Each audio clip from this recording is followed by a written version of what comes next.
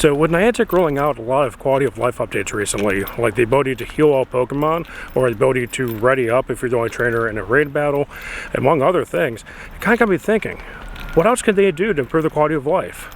Let's talk about that.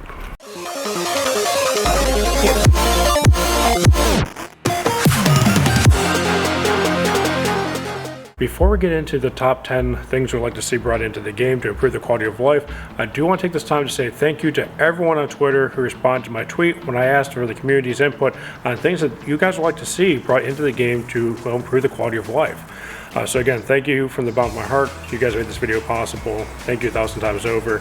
And yeah, if you have more suggestions that we don't see in this video, please be sure to reach out on Twitter or to put your comments below. And we might have to do a part 2 as we come up with more ideas we brainstorm together on this. Coming in at number 10 is a referral code badge for trainers on your friends list who you've referred to the game. Now this is actually a suggestion that I haven't thought of personally. This is one we saw on Twitter. There's only one person who brought it up, so full marks to them for this idea. And I was really thinking about it. It's like, how'd that work? Well, they already have a template in place. When you best buddy a Pokemon in game, your Pokemon has a badge next to the name signifying that you've reached best buddies. Now, what if we were to add a similar badge to any trainer on your friends list that you've invited using your referral code? The point of referring friends is to help grow your community and also reward progress made in game. And sometimes I kind of forget who I referred, which means I probably have lots and lots of rewards in there waiting for me to collect. So by adding a way to track or find who you referred, it'll make it a lot easier to remember to check progress and claim rewards. At number 9, we have the ability to rearrange your charge moves. Now, technically, you can already kind of do that in game, but that would take a lot of charge GMs and elite charge GMs. That way you can forget moves that are currently there and putting on the ones you do want. It's tedious and takes a lot of resources, especially if they're legacy moves and they require the elite charge GMs, which are not so easy to find in game. So by being able just to say drag and drop your bottom move and put on top or vice versa, I think it'll make it a lot easier, because there's a lot of times where I'm raiding and the moves I want are typically on the right hand side, and then that Pokemon faints, then the next one comes in, and now the move that I want to use on the left hand side. And not that it's a big of an adjustment moving your thumb from one position to the next or whatever finger it is used to hit your charge attacks, but it does make it a little bit easier so that way you can stack them to fit whatever playstyle you want. And especially them adding more things on the left hand side of the screen in raids, with using purified gems for shadow raids, party power, and hitting the activation thing, you kind of want to use two hands, so your left hand is hitting those things on the left hand side of the screen, and that way you can have the move that you want to use for that specific raid boss on the right. And since there's a lot of time in raid lobbies, being able to take that time while waiting for the raid to start might not be a bad idea to be able to switch those moves around. Now this is one I know has been going on for a long time. People have been asking for this, and that is an increase to the daily limit on how many coins they can get from gyms. So this actually is like something that now has been talked about for a long time, but there's actually been a lot of suggestions on how to fix it. There's been some suggestions to raise the daily limit from 50 to 100 or 150. Maybe give other ways to get coins, like every day you get a free research task or bonus research task. So instead of giving balls or potions or whatever, maybe instead say, your first research that you do, the bonus one, you get 10, 15, 20, 25 coins, whatever. I think that'd actually be a big help. And on top of that too, as you think about it, if you live in like a really small area that only has like 1 or 2 gyms, you're going to be constantly fighting over them, or because there's not a huge player base, you're going to have something in that gym for what feels like forever. So you're never really going to collect. So you have something in there for a month, and it gets knocked out, and it's only 50 coins, even though it stayed in there for 30 days or however long it would be in there. But conversely, you live in a large city. You're going to, first of all, get a bunch of different personalities, so that they're going to not care that something's been in the gym for 5 minutes. They're going to knock it out. So you're constantly fighting and filling that gym just to make sure that you get your daily limit of coins. So, I mean, like, then in just in my case, where I live in a suburb, as you guys are pretty well aware at this point, is there are days where I go 3 or 4 days without anything getting knocked out. Then next thing I know, in one day I have 5 or 10 things knocked out, and I'll get 50 coins. So I do think there actually is a resolution for that problem.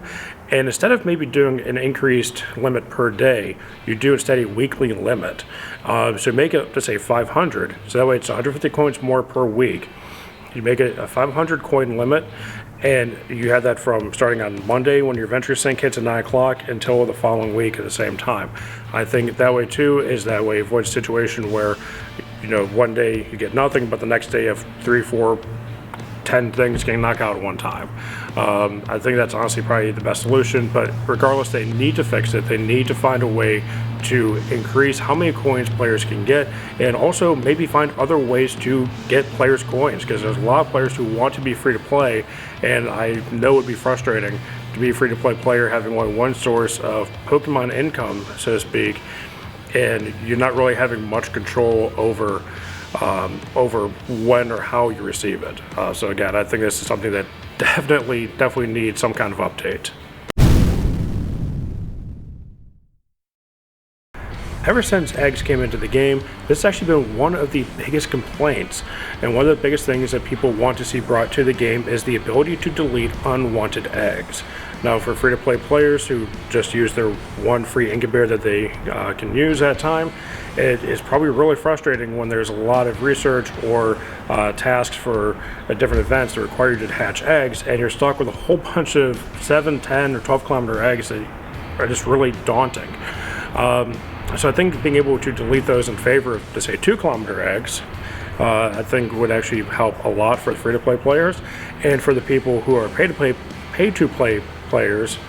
I think that the ability to delete the 2s, the 5s, whatever eggs that you really don't care that much about, so you can focus on collecting the 12 kilometer eggs from the rocket leaders, I think would help that demographic as well. Because there's a lot of times like the egg pools aren't that great for specific eggs, and if I'm trying to, say, hatch a bunch of, let's say, 12 kilometer eggs or 10 kilometers because they have better things, I really don't be bogged down with 2s and 5s that might not have something good, or 7s that usually don't have anything good in them. So I think that, again, that's something that everyone's been asking for a very long time, and it's long overdue, being able to delete eggs. You can delete or transfer Pokemon, why can't you delete or transfer eggs? At number 6, we have converting XL candies into regular candies. I thought it was actually a really cool thing that you're able to take 100 regular candies and convert them to an XL. Well, what if you have Pokemon that you want to give a charge move to, or you have a couple extra XLs you don't really need, or you're not ready to use, but you want to give that second charge move? Being able to delete or exchange an XL for 100 candies, or even exchanging it for 50 candies, I think would actually be really useful, because again, you can use those candies for being able to evolve it if you're short on that, if it's a spawn that doesn't come out too often, or if you want to give a second move to a Pokemon, and that usually requires extra candies to do that as well. So yeah, pretty straightforward one, but I think the ability to kind of go back and forth between changing it from regular to XLs and XLs back to regulars, I think it's a pretty cool quality of life update that needs to come to the game. So for the last 5, we're actually going to be seeing a trend. A lot of them are going to be focused on making the game faster, starting with feeding all berries and gems. Sitting there and tediously clicking berries, waiting for the animation of the Pokemon to show that they got fed, click on the berry again, waiting for the animation, rinse and repeat up to 30 times every 30 minutes, is really tedious and really grinding and very boring, and the rewards of 30 Stardust per berry fed is not really worth it when as much time as it takes me to feed all those berries to all the Pokemon and different gyms. I could have caught a handful of Pokemon which would have equated to the amount of Stardust I would have gotten by just sitting there feeding berries. And frankly, the Platinum Medal is kind of not worth it if we're being honest. So if there was a way to mass feed berries to Pokemon and gyms, I think that would really help. It would improve the speed. It would incentivize more people to do it, regardless of if they make the rewards better or not.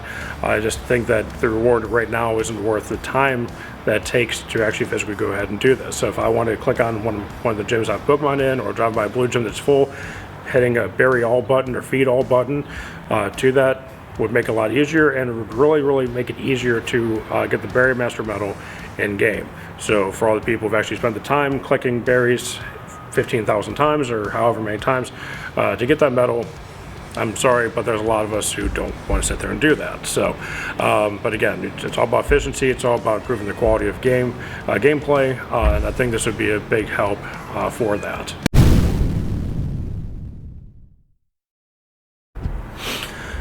So this is one that actually showed up a lot on my Twitter feed when I posted that. A question out there for everyone, just asking, hey, what would you like to see brought to the game? This is one of the ones that was said the most, and that is a send all or open all gift button for your gifts. Now, I'm actually pretty good at sending gifts, but it is, again, another annoying, tedious thing that just takes so long to do.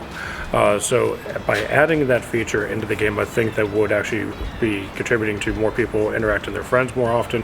And I think there's also the benefit too of, again, increasing the speed aspect of the game. So that way there's more things that we can functionally do. So we can actually focus on playing the game compared to sitting there doing essentially what would be a chore. And I'm terrible at opening. Opening gifts, again, is another tedious, mindless thing. And not that I mind doing it, but there are some days where I just kind of forget to do it. So being able to say search interactable, filter by gifts, then open all gifts with people that you can interact with, make it a lot simpler, and that way it takes 30 seconds, one fell swoop, you're done, compared to taking 30 seconds essentially every time that you want to go to the trainer's name, click on a gift, open it, maybe pin it for Scatterbug or whatever, and then wait for all the things to go through. And yeah, you can kind of click through the animation, but I think that hitting the open all button or send all button would make gifting a whole lot better and a lot less tedious, because again, it's about Pokemon. I want to spend my time catching or raiding more than sitting there opening or sending gifts. So in the vein of friendship, how many times has this happened to you? You live to say in the United States, you hit best friends with someone in Japan or England, somewhere overseas, or even across the country, someone you're likely never going to meet face to face. And then you hit lucky friends with them soon after. Yeah, that's great, right? So what if we can global trade? It's something that's been brought up a lot. This is another one of those ones that was plastered all over Twitter well before I put my tweet out there. This has been something that a lot of people have been asking for a very long time, especially for that reason. So even if they found a way to limit it, saying like once per month you can do it, or once a week, whatever it is, I think having the ability to trade from a distance would actually be really helpful and beneficial. Maybe not allow people to just snipe regionals, but maybe have some kind of limit on it. But yeah, they need to bring global trading to the game, especially for that reason. I think we're pretty close to seeing mystery trades like we've seen in the main series game. I think I mentioned this in an earlier video, like my prediction video, I guess you want to call it, where I bring that up, where they started it with mystery gifts at the end of routes when you run into Mateo. And I think that we're pretty close to seeing mystery trades or surprise trades, however you want to say it, being implemented in the game. And I think that this was kind of like a test run with the gifts to see if that's something that they can functionally do. So I think we're getting closer to this, but I'm not quite sure they're going to allow like distance trades that are planned, if you know what I mean. So if I have a friend in Japan that I want to have a lucky trade with, well, I don't think they're going to I think it's going to be a little bit harder for them to coordinate that. So I think there's going to have to be some kind of limitation on distance trades that aren't just random. And number two kind of parlays off of number three, the speed in which trading happens. You can do up to 100 trades per day.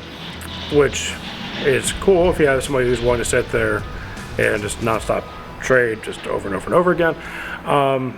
But for anyone who sat there and done it, it takes a long time. Sitting through that animation, and even though they did speed up just a little bit not too long ago, it still is really, really tedious. It's still really, really annoying sitting there just trading one after the other, after the other, after the other.